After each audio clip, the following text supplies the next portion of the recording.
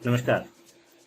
बहुत बार घर की लेडीज को ये लगता है कि हमारे ऊपर तो सती के लिए हमें ज्ञान दिया जाता है, सतीत्व के लिए पढ़ाया जाता है, कहा जाता है पति को परमेश्वर मानो, ये ऐसा करो वैसा करो। पतियों के लिए क्या होता है? पतियों के लिए तो कोई नहीं कहता कि पत्नी की सेवा करो या पत्नी को अपनी देवी मानो या कुछ करो, ऐसा तो कोई कुछ नहीं कहता है। तो उन्हें लगता है कि यार ये तो एक तरफा बात हो गई है। ऐसे एक तरफा बात तो ठीक नहीं है। यहाँ पे ये समझना आवश्यक है कि ये सती का विचार जो है या पति के लिए क्या विचार है, ये दोनों ही विचार बेसिकली मोक्ष के लिए है, धर्म के पीछे पीछे चलने के लिए, कि धर्म के हिसाब से हम कैसे चलें। यदि आपको मोक्ष गति प्राप्त करनी है, आपको धर्म का पालन करना है, तो क्या करना चाहिए। यदि स्त्री की बात करें तो स्त्री के लिए तो इतनी सी बात है कि भाई जो पति कहे उसे मानो, पति की सेवा करो, और किसी भगवान की, किसी पूजा पाठ की, किसी व्रत की कोई आवश्यकता नहीं है। इतना आसान सिस्टम बनाया हुआ है कि आपको सिर्फ एक काम करना है बस, बाकी सारे काम की कोई जरूरत ही नहीं है। ना किसी कृष्ण जी की पूजा करने की जरूरत, ना शंकर जी की पूजा करने की जरूरत, ना किसी देवता की पूजा करने की जरूरत नहीं है। लेकिन पतियों के लिए, आदमियों के लिए, उनके लिए इतना आसान नहीं है। उनके लिए ये विधान नहीं है कि आप केवल पत्नी की व्यवस्था करो और पत्नी का पालन करो, बच्चों की व्यवस्था करो तो आपको मोक्ष मिल जाएगा ना। ये तो उनके कर्तव्यों की श्रेणी में है, उनको तो ये करना ही है। लेकिन उससे कुछ मिलेगा जुलेगा नहीं उनको, सिर्फ सिवाय उनके धर्म में कुछ वृद्धि हो जाएगी, क्योंकि वो अपने कर्तव्य कर रहे हैं।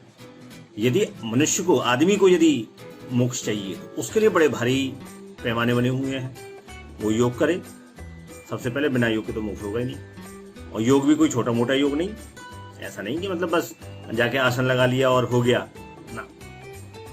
अष्टांग योग करे, भाव योग करे, कर्म योग करे, हठ योग करे, 25 तरीके के योग बना रखे हैं। एक एक योग में पूरी जिंदगी निकल जाती है। और वो योग करना ऐसा नहीं कि मतलब 6 महीने, साल भर में या 5 साल में आपको लगे कि मैं बस अब योग करने लग गया और मैं अब मोक्ष पर आ जाऊंगा, ऐसा नहीं है। पूरी जिंदगी निकल जाती है, तब भी पता नहीं चलता। आदमी के लिए और भी इससे कठिन व्रत है।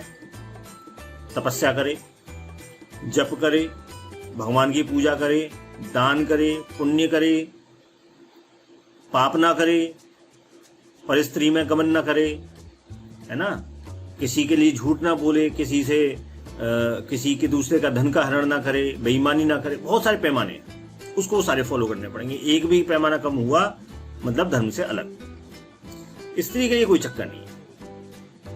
तो अगर स्त्री ये सोचती है कि भाई पतिव्रत तो हमारे सिर पे एक डंडा बना दिया ना, आपके लिए बहुत आसान रास्ता दिया हुआ है। ये आपको देखना है कि आप उस रास्ते पे चल पा रहे हो कि नहीं चल पा रहे हो। अगर इतने आसान रास्ते पे नहीं चल पा रहे हो तो फिर तो जंगल में जाके तपस्या तो क्या करोगे। आपसे कह दिया जाए कि हठ योग कर लो या अष्टांग योग कर लो तो हो लिया काम।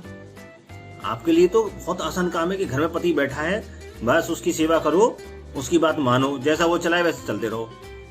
अपने आप आपके अंदर शक्तियां आने लग जाएंगी, और वैसी शक्तियां आने लगेंगी जो अच्छे अच्छे तपस्वी के पास नहीं होती, अच्छे अच्छे ऋषियों के पास नहीं होती। सती अनुसुईया ऐसा थोड़ी ना कि सती अनुसुईया किसी देवता की पूजा करती थी इसलिए उनके पास इतनी शक्ति थी कि उसने तीनों ब्रह्मा विष्णु महेश को बच्चा बना लिया था। केवल पति की सेवा से ही उसके पास इतनी शक्ति थी। शैव्या जो सती थी, इसलिए उसके पास शक्ति थोड़ी ना थी कि उसने कोई बहुत बड़ी तपस्या की थी जंगल में जाकर के या पहाड़ों पे जाकर के ना। केवल अपने कोढ़ी पति की सेवा की थी उसने, जो उसको गालियां देता रहता था। उसी से उसके पास इतनी शक्ति थी कि उसने बोल दिया कि सूर्य निकलेगा नहीं, तो सूर्य निकल नहीं पाया 7 दिन तक, और ब्रह्मा जी को आना पड़ा माफी मांगने के लिए।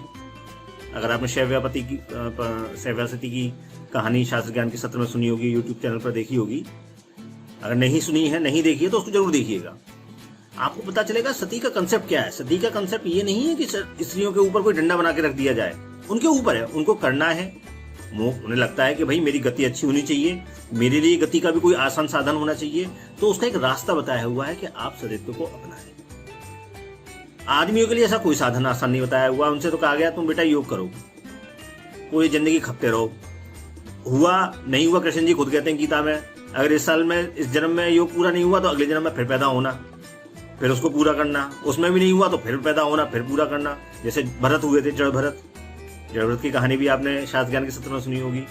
तो वहां भी ऐसा ही था, एक जन्म लिया और राजा बने, उसमें तपस्या करी, जंगल में गए, लेकिन हिरण में मन लग गया, फिर मर गए तो अगले जन्म में हिरण बन गए। फिर उससे अगले जन्म में फिर आदमी बन गए, गरीब ब्राह्मण के यहाँ पैदा हुए। तो ऐसे ही करके जन्म जन्मांतर का खेल है। स्त्रियों के लिए जन्म जन्मांतर का खेल नहीं है, उनके लिए तो आसान रास्ता है। स्त्रियों को सिर्फ ये एक्सेप्ट करना है कि ये मोक्ष का रास्ता है, ये धर्म का रास्ता है, इस पे चलना है। उनके लिए रास्ता बहुत क्लियर है, आदमियों के लिए रास्ता क्लियर नहीं है। इसलिए कभी इधर जाकर पत्थर पे सिर पटकते हैं, कभी उधर जाके पत्थर पे सिर पटकते हैं, कभी जंगल जाते हैं, कभी पहाड़ जाते हैं, कभी गुफाओं में जाते हैं, भरथरी की तरह परिवार छोड़ देते हैं।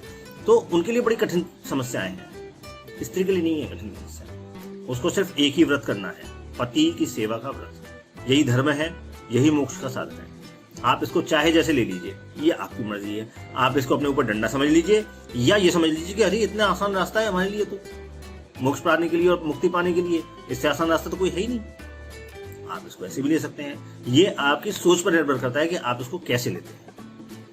मेरे ख्याल से चीजें क्लियर हो गई होंगी। धन्यवाद।